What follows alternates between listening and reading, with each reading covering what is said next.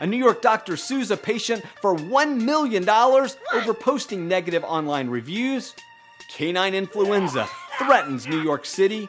And you won't believe how complicated the merger and partnership between a UK pet insurance company, a group of over 300 veterinary corporate practices, an online retailer, and an online telemedicine mobile health provider.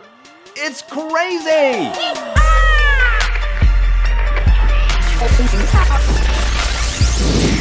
Welcome back to Off-Label Veterinary News, your source for commentary on animals, medicine, and practice life.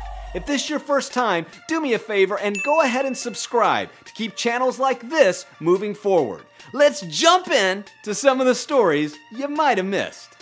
A New York gynecologist has had enough of what he believes are false and defamatory online reviews and is suing a patient for $1 million for posting what he believes are fraudulent and libelous statements. Dr. June Song is suing a patient he saw one time for $1 million after she posted a series of negative and critical reviews on Yelp, ZocDoc, and Facebook.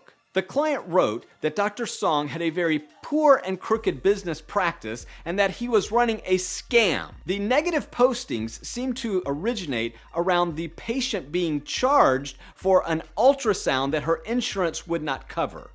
She claims that the ultrasound wasn't medically necessary, and Dr. Song claims that it was based on the patient's complaining of pelvic discomfort. I am a strong defender of free speech, but only if that speech is truthful and provable.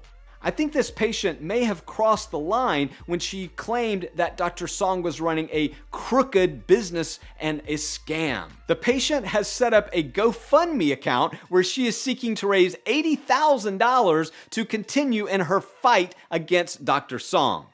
What do you think, off-labelers? What do you think about a doctor suing a patient over negative reviews? And more importantly, what can we do as a profession to help protect ourselves against fraudulent and defamatory online comments? I want to hear from you. Our next story stays in New York City, where Brooklyn and Manhattan are reporting an outbreak of canine influenza virus. I've been reporting on the CIV outbreaks on the West Coast all year, where we've seen now over 500 documented cases of H3N2 and H3N8. But now it looks like it's shifted from the West Coast to Manhattan and Brooklyn, and we have seen an outbreak of over 36 documented cases since April. Experts fear that this latest outbreak could spread quickly because New York City is so densely populated and everybody walks their dogs on the streets and goes to dog parks because that's the only place they can congregate. Canine influenza is a serious and potentially life-threatening infection. So if you're in the New York City area, please help spread the message about the importance of vaccinating against CIV now before this outbreak goes large.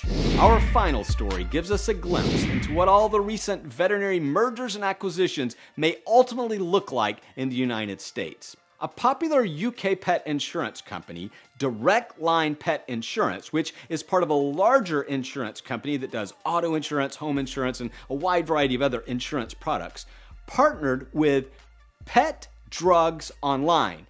Possibly the worst logo and name of all time, but they partnered with this company to provide a way for their policyholders to access drugs. In fact, part of their messaging is, if you use our online pharmacy, we can save you money. Of course, what they really mean is you're saving us money because we're the insurance company that is paying for these treatments. But it gets even weirder and more complicated. So now we've got Direct Line Pet Insurance is partnering with Pet Drugs Online to provide their online stuff. So you go, and of course, if you buy your pet's medications there that you're going to have to buy through your insurance company, you might as well buy your pet food, your pet supplies, your heartworm flea preventive. You see where that goes. But here's the weird part. Pet Drugs Online is owned by Independent Vet Care Limited.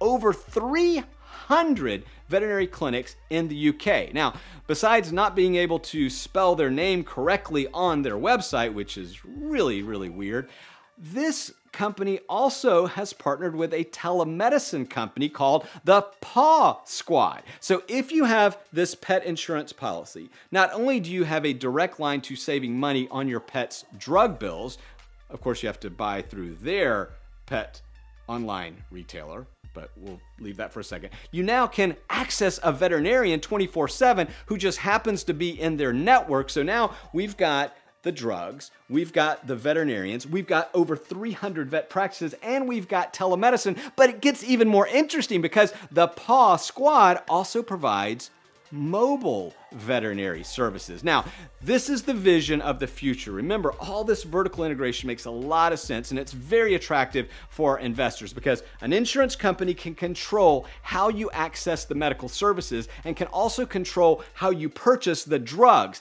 Now, I think this could be a real sticky wicket, as the Brits say. The initial offering is, we save you money, pet owners, so use our services, our products, our online retailers, and that's a very attractive proposition. But my concern as a veterinary provider is that what if they begin to tell me what I can and can't use, what I can and cannot prescribe, who can even provide care for the pet patient? I don't know, off-labelers, what do you think about this story? It's a twisted tale, one worthy of the British moniker, but it seems like this could be getting out of hand. Do you think this will ever come to the US? Do you think this is the future? Am I off my rocker? Or is this something that we should be taking note of and trying to figure out ways to better control it? I want to hear from you. Well, that's it for another edition of Off-Label Veterinary News. If you like content like this, please be sure and hit that subscribe button and ring the notification bell so you'll be notified as soon as content like this drops on your internet doorstep. Until next time, keep living that off-label life. Bye.